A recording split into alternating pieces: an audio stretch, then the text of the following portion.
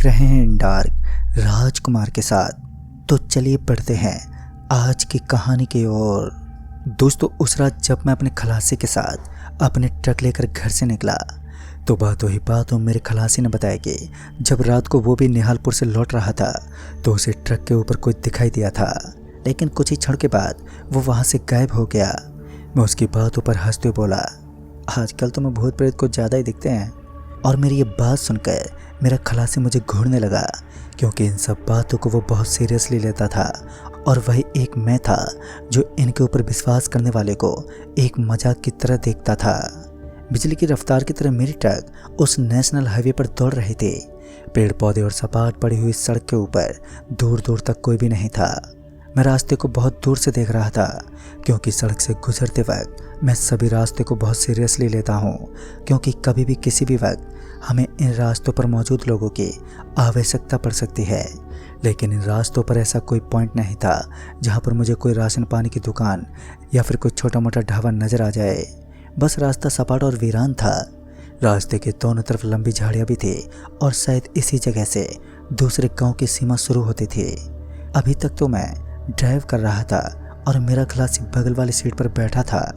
धूल उड़ाती हुई मेरी ट्रक बस कुछ दूर और आगे पहुंची ही थी कि ट्रक के ऊपर कुछ मुझे जोर का धमाका सुनाई दिया, मानो कोई जोर जोर से उछल रहा है।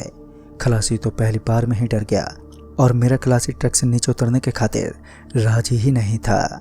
लिहाजा उसी वक्त मैं अपने ट्रक से नीचे उतरा और उसके डर को दूर करने के लिए अपने ट्रक के ऊपर देखने लगा तो वहाँ मुझे कोई भी दिखाई नहीं दिया। लेकिन जब मैं ट्रक के पीछे पहुंचा तो मैंने देखा कि सामान का एक बॉक्स ट्रक से नीचे गिर गया था और ये आवाज़ भी उसी बॉक्स की थी।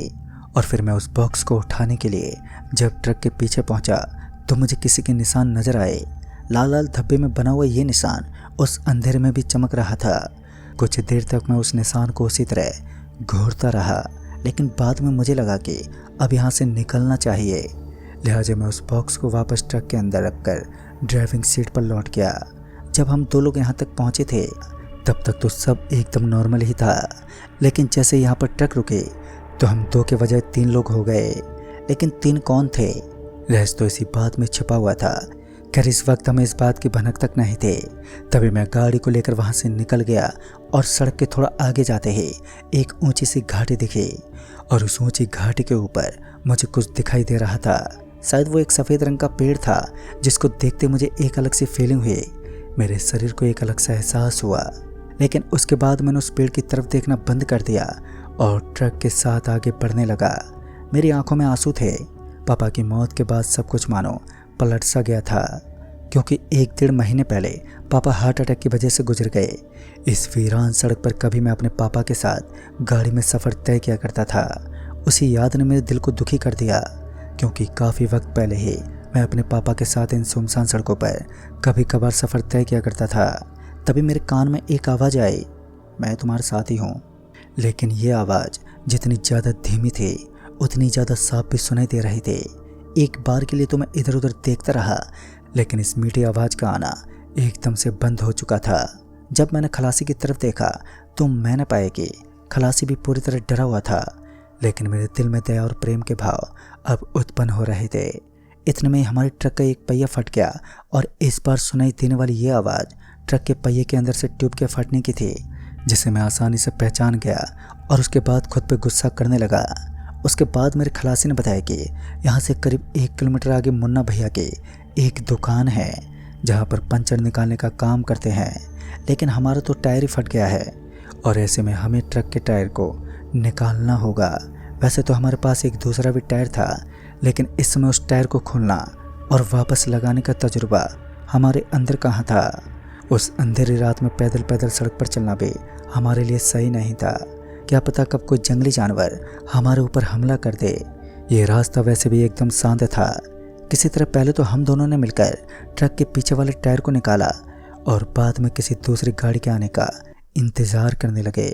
इसलिए हमें ऐसा लगा कि कोई उबासियाँ ले रहा है। फिर हम दोनों ने इधर उधर भी देखा, लेकिन वहाँ तो कोई नहीं था। फिर इसी बीच मुझे ट्रक के कांच के पास एक आदमी खड़ा हुआ दिखाई दिया। इस वक्त वो कौन होगा यही सब जानने के लिए जब मैं वहाँ पर पहुँचा तो वो बीड़ी पी रहा एक आदमी हल्की सी आवाज़ में बोला, अगर तुम्हें अपनी जान की परवाह है तो निकल जाओ यहाँ से, वरना तुम मारे जाओगे। मैंने भी उल्टा जवाब देते हुए कहा, लेकिन भाई साहब हमारी ट्रक का टायर ख़राब हो गया है और ऐसे में हम किसी दूसरी बाइक का इंतज़ार कर रहे हैं। शायद कोई आए तो हम थोड़ा आगे तक जाकर टायर को सही करवा लें या मैकेनिक को यहाँ बुला लाएं।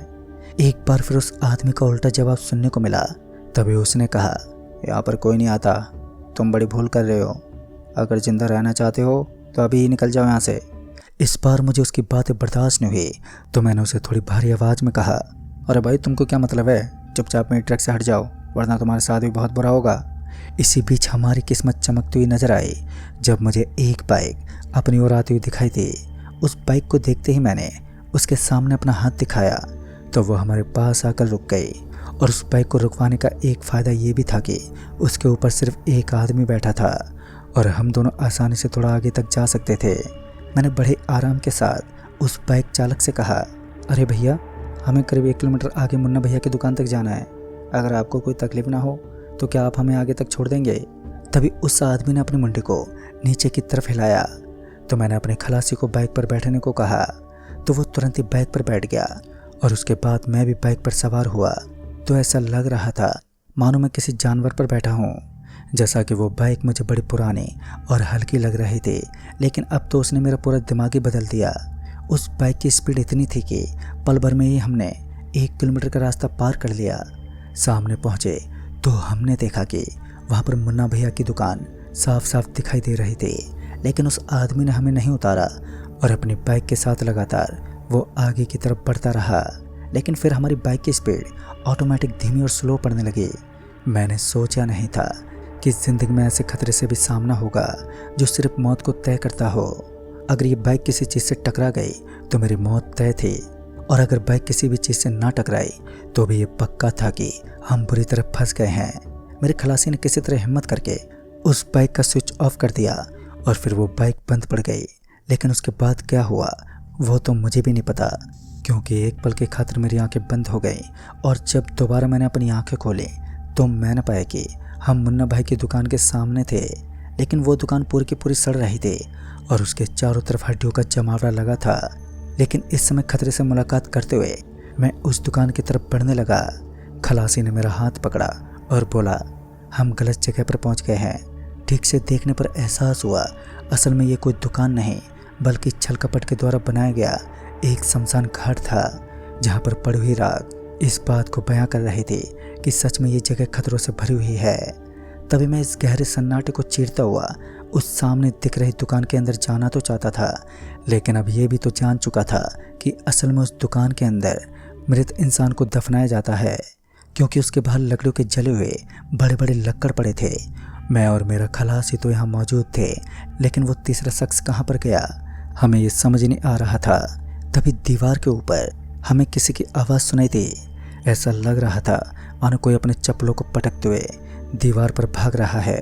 जब मैंने अपने साइड वाली दीवार पर देखा तो मैंने पाया कि ये तो वही आदमी था जो कुछ देर पहले मेरे ट्रक के पास खड़ा होकर बीड़ी पी रहा था, लेकिन अब उसका हुलिया बदल चुका था। उसकी आंखों में लाल रंग की एक अलग सी चमक थी। पहले तो वो आदमी लगातार मेरी तरफ देखता रहा और फिर एक हल्की सी मुस्कान के साथ बोला, मैंने कहा था ना निकल जाओ यहाँ से, लेकिन तुमने मेरी बात नहीं मानी और छल कपट के मुंह में फंस गए। गुस्सा तो मुझे उस बुढ़े पर भी बहुत आ रहा था जो अभी भी बीड़ी फूंक रहा था, लेकिन कहीं ना कहीं शायद हमारी मदद करने वाला भी यही था। मैं उससे बड़ी विनम्रता के साथ बोला, अंकल जी मुझे लगता है आप ही हमारी मदद कर सकते हो, इसके अलावा शायद यहाँ कोई भी नहीं है जो मुझे इस मौत के कुएं से बाहर निकाल सके। मैंने इतना कहा ही था कि उसने उल्टा जवाब दिया और बोल पड़ा, बेटा तुमने खुद अपनी मौत को दावत दी है, अब मैं कुछ नहीं कर सकता। अगर अपनी ज़िंदगी बचानी है तो दक्षिण दिशा की तरफ तुम्हें 2 घंटे के बाद एक रोशनी दिखेगी। तुम्हें जब तक उस रोशनी की तरफ भागना है जब तक तुम अपने ट्रक के पास ना पहुंच जाओ, और याद रहे गलती से भी पीछे मुड़कर मत देखना जब तक वो रोशनी तुम्हें दिख ना जाए। तुम्हें यहाँ पर मौजूद काली शक्तियों से लड़ना होगा, उनका सामना करना होगा, वरना तुम्हारा भी वही अंजाम होगा जो मेरा हुआ था। उस आदमी ने अपने कपड़ों को हटाया तो मैंने देखा कि उसके शरीर की लगभग चमड़ी पूरी तरह से उजड़ी हुई थी। उसका शरीर पूरा लाल पड़ चुका था और उसके अंदर से खून का बहाव हो रहा था। इसी बीच मुझे बेचैनी होने लगी और उस आदमी ने कहा, तुम्हारे सर पर एक भूत सवार हो गया है, जब तक कि वो रोशनी नहीं दिखती तब तक तुम्हें इसको संभाले रखना है, वरना ये तुम्हारे शरीर में प्रवेश कर जाएगा और तुम्हें अंदर से ख़त्म कर देगा।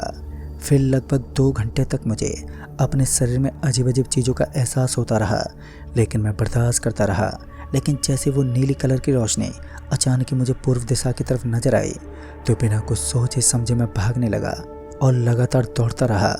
एक पल के लिए भी मैंने पीछे मुड़कर नहीं देखा और उसके बाद मुझे एहसास हुआ कि मैं आसमान से नीचे गिर रहा हूँ। झटके से मैं सड़क पर गिर पड़ा। जब अपने चारों तरफ देखा तो मेरा खलासी मृत अवस्था में मेरे पास पड़ा था। उसकी बॉडी बिल्कुल उसी प्रकार बन चुकी थी जिस प्रकार उस बीड़ी पीने वाले आदमी की थी। अपने खलासी के मृत शरीर को देखकर मैं तो पूरा अंदर तक टूट गया और उसके बाद उस बीड़ी पीने वाले शैतान ने मुझे एक रहस्य के बारे में बताया कि आखिर मेरे खलासी की मौत कैसे हुई।